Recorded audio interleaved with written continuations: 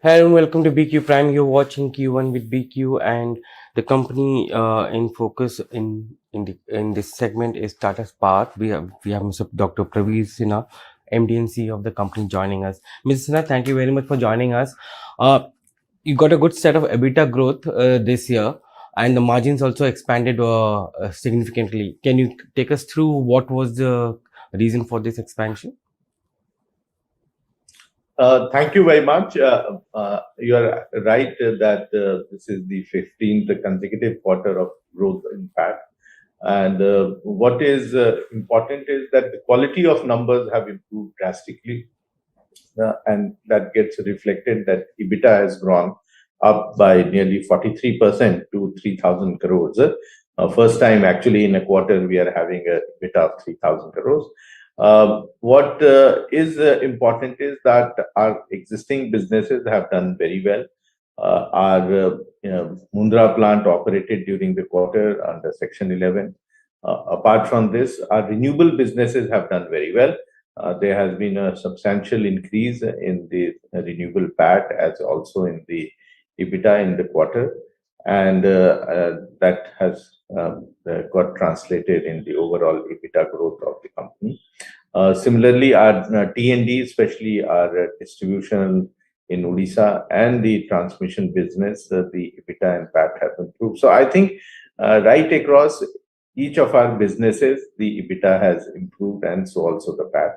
What is good to see is that now it is the core business which is doing very well.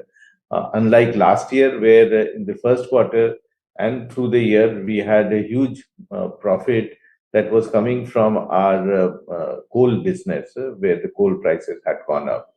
This year, notwithstanding the fact that the coal prices are very low, we still have shown a very healthy EBITDA and PAT number. And I think going forward, you will see that this will get further consolidated and there would be further improvement in EBITDA and PAT in the future quarters. What we also saw is the addition of nearly 5.8 gigawatts in Q1, 77% coming through renewable energy. What kind of addition do you see by the end of the fiscal? So we are definitely expecting that many of the projects which are in the pipeline will get executed in this year, whether it is our own utility scale or group captive or even the third party EPC. And those will help us to show a much healthier EBITDA and the PAT numbers. And the exact numbers, of course, are in the range of about 2 gigawatt. But what I can tell you is that out of the 4 gigawatt, which is the order book pending with us, substantial quantum will get executed in this financial year. Sir, if I look at your solar utility EPC book, it's 17,643 crores. It's grown quarter on quarter. But do you see a bit of sluggish growth coming into this segment? I think we are touching a very small segment of the market. There is a huge potential and opportunity. And it, of course, requires a little bit of advocacy and education with the consumers, telling them not only that it makes good environment initiatives by them, but also it is economics and the cost of power comes down. And I think the benefit that they accrue is much higher on overall basis. So I think we find that there may be some sluggishness during the monsoon period, but on an overall basis, I do see that there is a huge amount of interest, and how we convert that interest into orders and actual executions. I think we need to continue working with the consumers on that. What's the update on the solar cell and module plant coming up? It's going on very well. We are on track, and we expect that within this year, both the module and the cell unit will get fully operational, and we will be able to produce it and use it for our projects in the country. As also, wherever we have opportunity, we will sell some of the modules inside the country and maybe export also. If I look at the trends for wafers and cells, which has pricing of that, it's almost come back to FY20 levels. Uh, do you see that having any impact or giving an impetus to the adoption of solar going forward? So the prices have actually come down, and it's good for the industry because that much more projects can come up, which were stalled for last 2 years because of the higher prices of modules and cells. So it's very good development. Secondly, as far as we are concerned, when we are manufacturing in India, we get a certain advantage to protect the Indian industry through the customs duty, which is nearly 40% in case of modules. So I think inherently we are being supported by providing a certain safeguard to Indian manufacturers. And that will help us in ensuring that we are able to produce and have a much better margin than we supply in the country. Uh, your cell plant may be coming up in by September. That's what I saw in your presentation, and module by first quarter of of the next calendar year. What kind of revenue addition that would add to you going forward? It's actually the opposite. The module will come up Sorry, in October. module will come in September and And, yeah, cell in the cell will come in the first quarter of next calendar. Yeah. calendar. What kind of And so it's going on. It's on track, and we are working towards that timeline.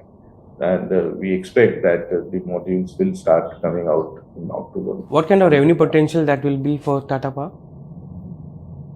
Right now, since it's only for a certain period and this is a staggered plant or the staggered commissioning that will happen. So it's not that all 4 gigawatt will get commissioned in the month of October. It will be the first 500, and every 2 weeks another 500 will get added.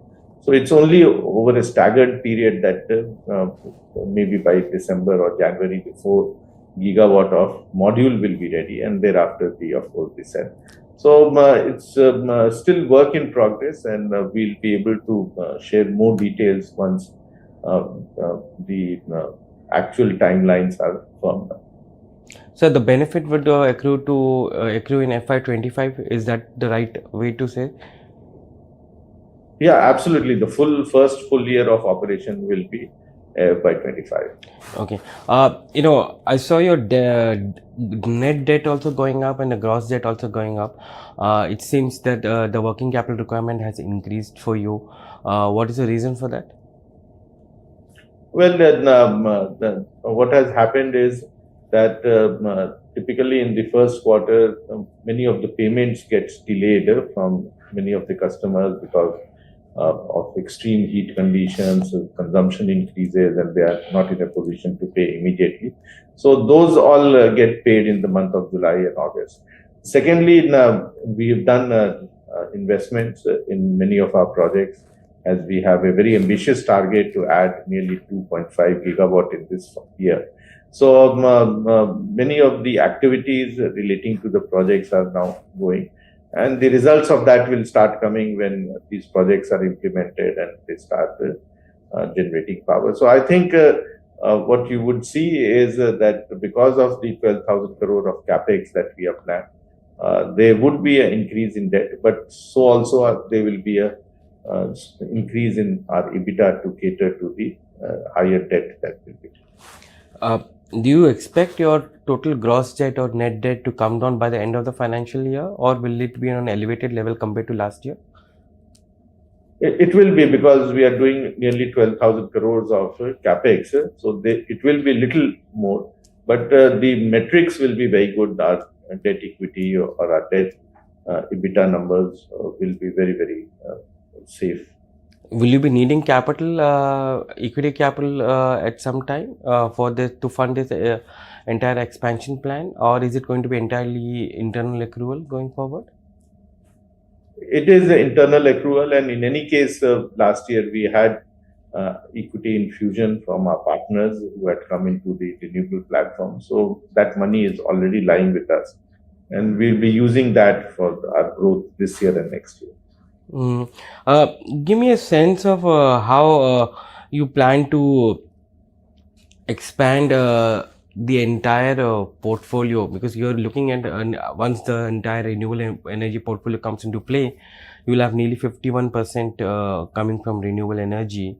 How do you plan to gradually replace the entire thermal power with renewable energy, because the play beyond that, once you clean, so will there be a next set of expansion plan that will come in? How will it play out? So, as we have shared earlier, we will be adding about 2 to 2.5 gigawatt of renewable capacity every year, which will be a mix of solar, wind, and now pumped hydro will also come. And the objective is that these will be new capacity additions. Of course, the existing assets, coal assets, will continue to work till their useful life or till the time their PPAs are there. Hmm. And so it's transitioning that will take place where capacity additions is a every year aspect, while the decommissioning of some of the units will happen over next 20, 15 to 20 years. Mhm. Um, Give me a sense of how distribution is also doing. T&D was another segment which did very well for you in this quarter. How is it doing? And my question is that, the government is pushing for smart metering and prepaid metering in many cities like Mumbai and other cities. Where are you on that? So our transmission and distribution are doing very well. Our transmission every year we do a capex of nearly 600 to 700 crores in Mumbai for upgrading the network and also replacement of many of the old equipments which are there, so that the reliability enhances in Mumbai. We also do capex for our distribution business in Delhi, Mumbai, and Odisha, and that's why you have seen that our performance in all these places have further improved, especially in Odisha now that we have stabilized our operation. Secondly, we have already implemented 650,000 smart meters in Delhi, Odisha, and Mumbai put together, and we will over a period of time cover all our customers with smart meters in the cities, and maybe in few pockets of the rural areas. We also have got recently an order of 1700 crores from Chhattisgarh for setting up of the smart meters over there. We have again been very careful and calibrated in terms of which areas or which cities, which states we will go and work on smart meters. So I think our T&D business is poised for very good growth. We had taken last year two assets which were under stressed conditions, the transmission assets in the UP and Rajasthan and Haryana. Work is going on in both of the projects, and hopefully next 12 to 18 months they will get commissioned. So I think we have a very good game plan on our transmission and distribution business, which we will implement over a period of time. Sir, give me a sense of how the working capital requirement for a power company like you change with prepaid metering and smart metering coming into place. Does it eliminate to a large extent the need of working capital, because payments will now be prepaid instead of being delayed by a few months? Yeah, absolutely. And you would see our debtors, number of days of debtors, which was last year in the first quarter, 58 days, has come down to 47 days this quarter. And it will further get improved in the subsequent quarters. So, what we do is whatever we build, we are getting paid. In most of the places, we have 100% collection efficiency. And we expect that we will be able to do that much better with our smart meters. So I think this is only supporting our program of ensuring that whatever we bill, we collect 100%. And to that extent, our working capital is controlled. Finally, sir, Section 11, which has helped Mundra operate at a higher efficiency, till when do you expect that get to be there, and do you expect an extension coming in as well?